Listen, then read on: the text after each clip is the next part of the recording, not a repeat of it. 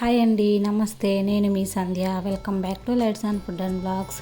ఈరోజైతే పానీపూరి చేయబోతున్నానండి. పూరి అనేది మంచిగా పొంగుతూ క్రిస్పీగా అచ్చం బయట చేసే విధానంగానే రావాలంటే ఒక్కసారి ఈ విధంగా ట్రై చేయండి. చాలా బాగుంటుందండి. టేస్ట్ కూడా అచ్చం మనకి బయట చేసిన విధానంగానే ఉంటుంది. ఇప్పుడైతే ఎలా చేయాలో చూసేద్దాం.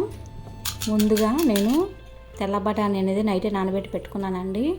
ఇప్పుడు ఈ బఠానీ అనేది ఒక్కొక్కటి తీసుకొని అందులో నానబెట్టుకున్న బఠానీ అయితే వేసుకుంటున్నాను.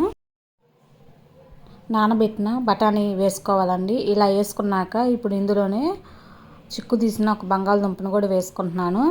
ఆ తర్వాత ఒక చెంబు వాటర్ పోసుకొని ఇప్పుడు ఇందులో 1/2 టేబుల్ స్పూన్ సాల్ట్, ఒక చిటికెడ పసుపు, పప్పు అనేది మంచిగా సాఫ్ట్గా ఉడకడం కోసం కొద్దిగా సోడా ఉప్పు వేసుకొని మూత పెట్టి స్టవ్ మీద మీడియం ఫ్లేమ్ మీద 4-5 విజిల్స్ వచ్చేంత వరకు ఉడికించుకోవాలి. ఈ పప్పు ఉడుకుతుండగా మరొక బౌల్లో వాటర్ తీసుకొని స్టవ్ మీద పెట్టి వాటర్ అనేది మరుగుతుండగా ఇప్పుడు పూరిని అనేది ప్రిపేర్ చేసుకుందామండి. ముందుగా మిక్సింగ్ బౌల్ తీసుకుని అందులో ఒక కప్పు ఉప్మా రవ్వ, 2 టేబుల్ స్పూన్ మైదా పిండి వేసుకొని మంచిగా కలుపుకోవాలి.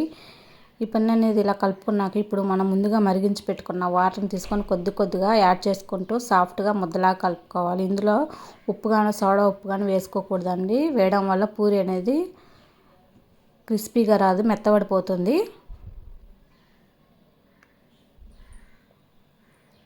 ఇలా పిండి అనేది మంచిగా సాఫ్ట్గా కలుపుకున్నాక దీని మీద ఒక క్లాత్ వేసుకొని పిండి అనేది ఆరిపోకుండా ఉండటం కోసం ఒక క్లాత్ వేసుకొని పక్కన పెట్టుకోవాలి.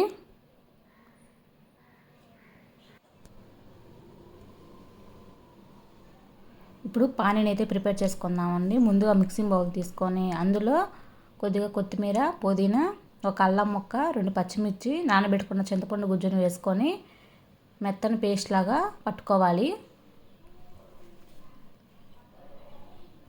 ఇలా పేస్ట్ లాగా పట్టుకున్నాక ఇప్పుడు ఒక బౌల్ తీసుకొని అందులో ఈ పేస్ట్ అనేది వడకట్టుకోవాలి.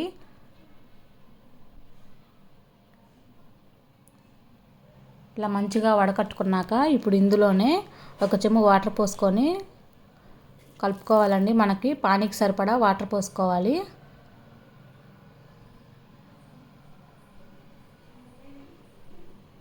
ఇలా వాటర్ అనేది పోసుకున్నాక ఒకసారి కలుపుకొని ఇప్పుడు ఇందులో రుచికి సరిపడా సాల్ట్,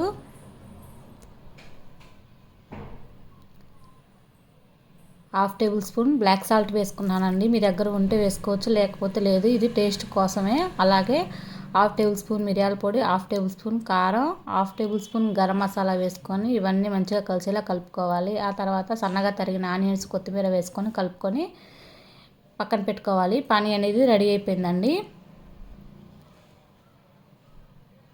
ఈలోపు పప్పు అనేది ఉడికిపోయింది. ఇప్పుడు మూత తీసి అందులోని బంగాళదుంపని పక్కన పెట్టుకోవాలండి.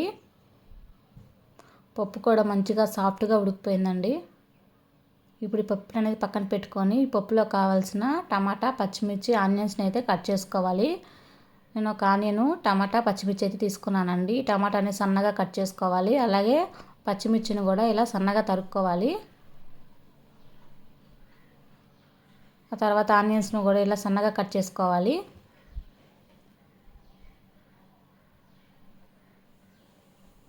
ఇలా సన్నగా కట్ చేసుకున్నాక ఇప్పుడు స్టవ్ ఆన్ చేసి కళాయి పెట్టుకొని ఆ కళాయిలో 2 టేబుల్ స్పూన్ ఆయిల్ వేసుకోవాలి. ఆయిల్ హీట్ అయ్యాక ఇప్పుడు ఇందులోనే 1/2 టేబుల్ స్పూన్ జీలకర్ర, ఓ బిర్యానీ ఆకు, ఎండుమిర్చిని ఇలా కట్ చేసి వేసుకోవాలి. ఇవి కొంచెం ఫ్రై అయ్యాక కట్ చేసుకున్న ఆనియన్స్ని వేసుకొని ఫ్రై చేసుకోవాలి. ఆనియన్స్, పచ్చిమిర్చి వేసుకొని ఫ్రై చేసుకోవాలి. ఫ్రై అయ్యాక ఇప్పుడు కట్ చేసి పెట్టుకున్న టమాటా ముక్కలు కూడా వేసుకొని ఫ్రై చేసుకోవాలండి.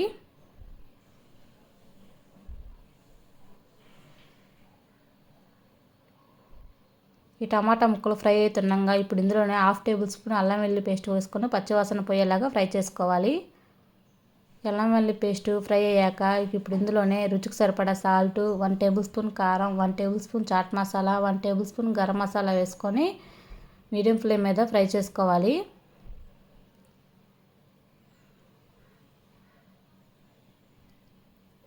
ఇలా ఫ్రై చేసుకున్నాక ఇప్పుడు ఇందులోనే 1/2 టేబుల్ స్పూన్ ధనియాల పొడి వేసుకొని కలుపుకోవాలి.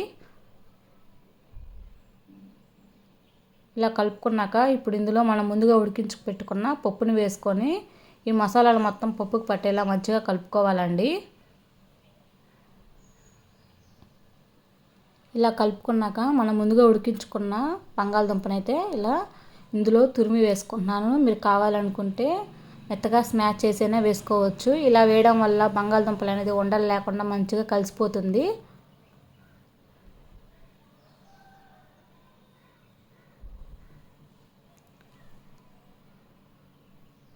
ఇలా కలుపుకున్నాక ఇప్పుడు ఇందులోనే సన్నగా తరిగిన ఆనియన్స్, కొత్తిమీర వేసుకొని కలుపుకోవాలి.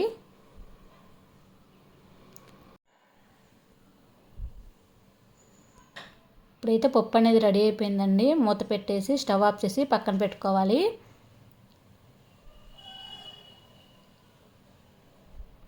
ఇప్పుడు మనం ముందుగా కలిపి పెట్టుకున్న పిండిని క్లాత్ తీసి మరొకసారి మంచిగా కలుపుకొని ఇప్పుడు ఈ పిండి అనేది చిన్న చిన్న బాల్స్ లాగా చేసుకోవాలండి.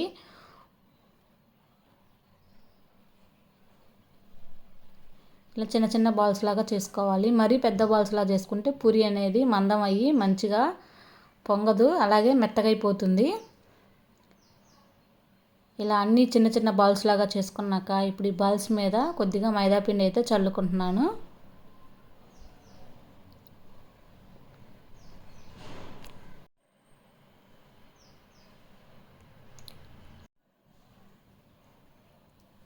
ఇలా పిండి చల్లుకున్నాక ఇప్పుడు ఒక కవర్ని అయితే పరుచుకుంటున్నానండి. ఈ పూరీలు అనేది మనం వాటి మీద ముందుగానే చేసి పెట్టుకోవడం కోసం, ఒకదాని మీద అతుక్కోకుండా ఇలా వేసుకున్నాక ఇప్పుడు మనం ముందుగా చేసి పెట్టుకున్న బాల్స్ని ఇలా పూరీలాగా ఒత్తుకోవాలండి. మరీ పలచగా ఒత్తుకోకూడదు, పూరీ అనేది పొంగదు. ఇలా పూరీలన్నీ చేసి పెట్టుకోవాలి.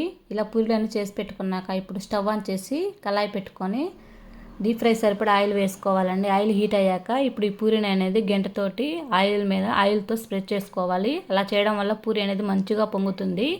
ఈ పూరీలు అనేది మీడియం టు సిమ్లోనే ఫ్రై చేసుకోవాలండి, లేదంటే పూరీ అనేది మంచిగా ఫ్రై అవ్వదండి. ఇలా ఒకటి పొంగాక మరొకటి వేసుకోవాలి. రెండు వైపులా ఎర్రగా ఫ్రై చేసుకోవాలి. అప్పుడే పూరి అనేది క్రిస్పీగా ఉంటుంది. అచ్చం మనకు బయట చేసిన విధానంగానే ఉంటాయండి. ఈ పూరీలు అనేది ఫ్రై అయిపోయాయి. ఇప్పుడు వీటిని ఒక ప్లేట్లోకి అయితే తీసేసుకున్నాం.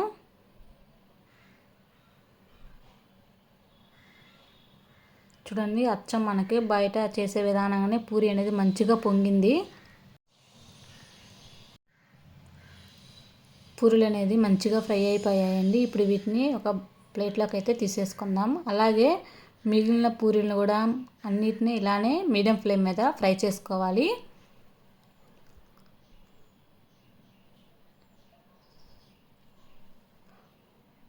చూడండి, మంచిగా పూరి అనేది బాగా చక్కగా పొంగుతుంది. ఇలా పూరి వేసాక గంటతోటి ఆయిల్ అనేది పూరి మీద స్ప్రెడ్ చేస్తే పూరి అనేది ఇలా మంచిగా పొంగుతుంది. పూరీలు కూడా రెడీ అయిపోయాయండి. పానీపూరి అయితే రెడీ అయిపోయిందండి. చాలా చక్కగా వచ్చాయి పానీపూరి అనేది మంచిగా వచ్చిందండి.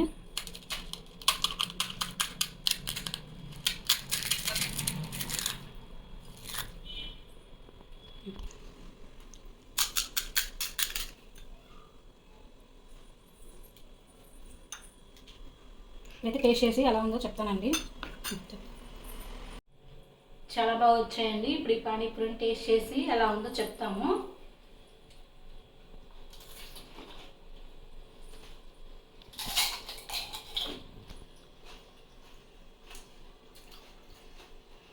చాలా బాగా వచ్చిందండి. మీరు కూడా ట్రై చేయండి.